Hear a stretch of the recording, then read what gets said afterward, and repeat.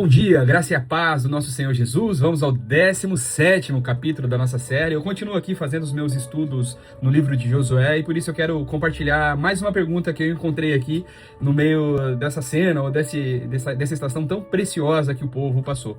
Essa pergunta, ela é direcionada somente a Josué e ela está localizada ali no capítulo 7, versículo 10. Eu vou ler o 10, já direto, onde está escrita a pergunta. Está escrito assim: Então disse o Senhor a Josué: Levanta-te, por que estás prostrado assim sobre o seu rosto?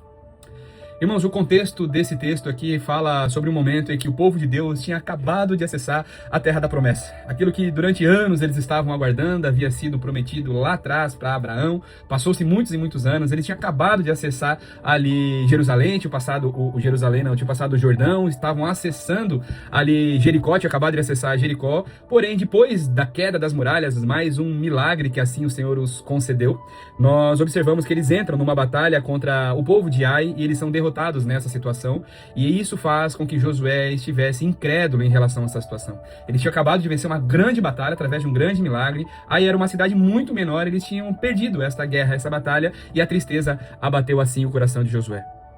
Nós poderíamos ir para várias direções aqui com esse texto. Poderíamos falar sobre pecado encoberto, que foi a razão pelo qual veio a derrota do povo. Nós poderíamos falar sobre desobediência, poderíamos falar sobre juízo de Deus, poderíamos falar sobre os ensinamentos quais assim o Senhor concede, mas eu quero me ater somente ao posicionamento de Josué.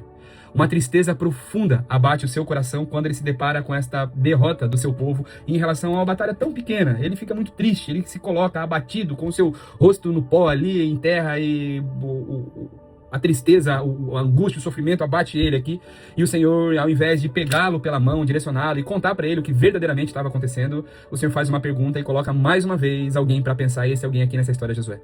Ele pergunta: mas por que você está aí com o teu rosto em terra? Por que você está aí largado nesse chão? Ou por que você está aí arrasado com tudo isso que você viveu até chegar aqui, vendo a minha mão, vendo as vitórias, vendo os milagres, e por causa de uma batalha menor que você travou ao longo de toda a sua história, você está aí abatido? Essa pergunta de Deus não fala sobre somente a questão física, ele estar prostrado fisicamente, caído no chão ali, mas fala sobre um prostrar-se espiritual de um líder, de alguém que tinha uma missão diante do povo.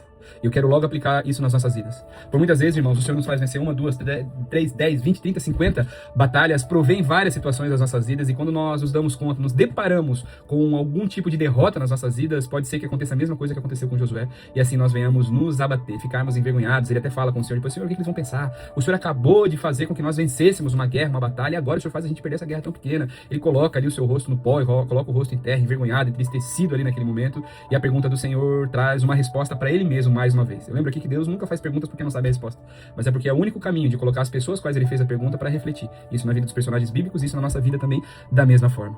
A resposta desta pergunta faria com que Josué se colocasse de pé novamente e compreendesse o contexto daquilo que eles estavam vivendo e o porquê verdadeiramente eles estavam passando por essa derrota ali naquele momento tão precioso qual eles viviam juntamente do Senhor. Irmãos, nós não podemos nos abater em relação às dificuldades que de alguma forma vão aparecer no meio do processo. Eles tinham acabado de viver a maior bênção da vida deles ali, viu um dos principais milagres que aconteceram ao longo de toda a escritura, ou peregrinação do povo até acessar a terra da promessa.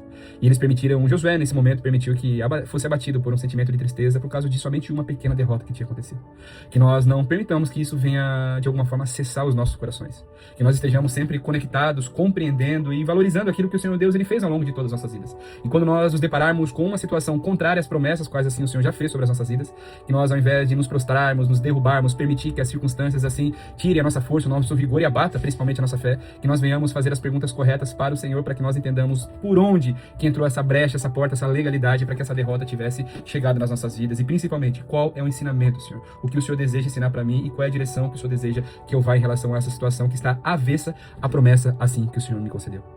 É um discurso, é uma conversa, é um bate-papo, digamos assim, difícil de nós fazermos com o Senhor, porque Ele vai responder com perguntas que nos farão pensar e nos tirarão dessa situação que nós estamos ali, mas nunca é de forma fácil, sempre existe uma missão, existe um caminhar, um percorrer para que nós acessamos ou alinhemos novamente a nossa vida com o propósito, com o plano eterno.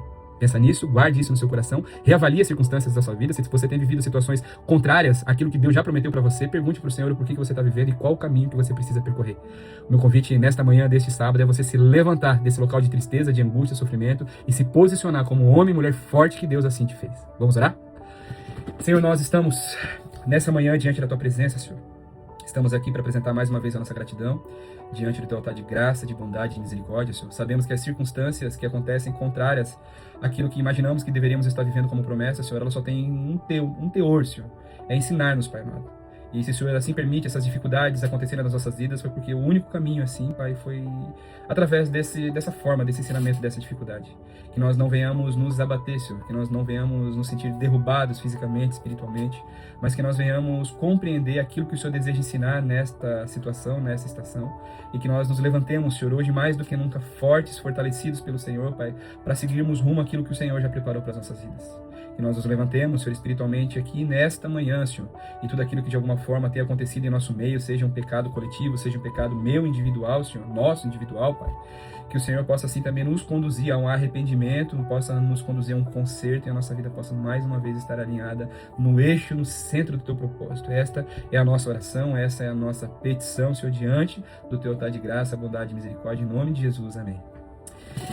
Amém, irmãos? Que Deus abençoe poderosamente o seu dia, o seu sábado, o seu final de semana. Levante-se dessa situação que talvez você esteja passando hoje, porque foi o Senhor em que te levantou. E independente do que te fez estar caído aí hoje, o Senhor te convida a levantar, te convoca a levantar para que a sua vida esteja novamente alinhada no trilho, no centro daquilo que Deus planejou para você, para sua casa e para toda a sua geração. Que Deus te abençoe.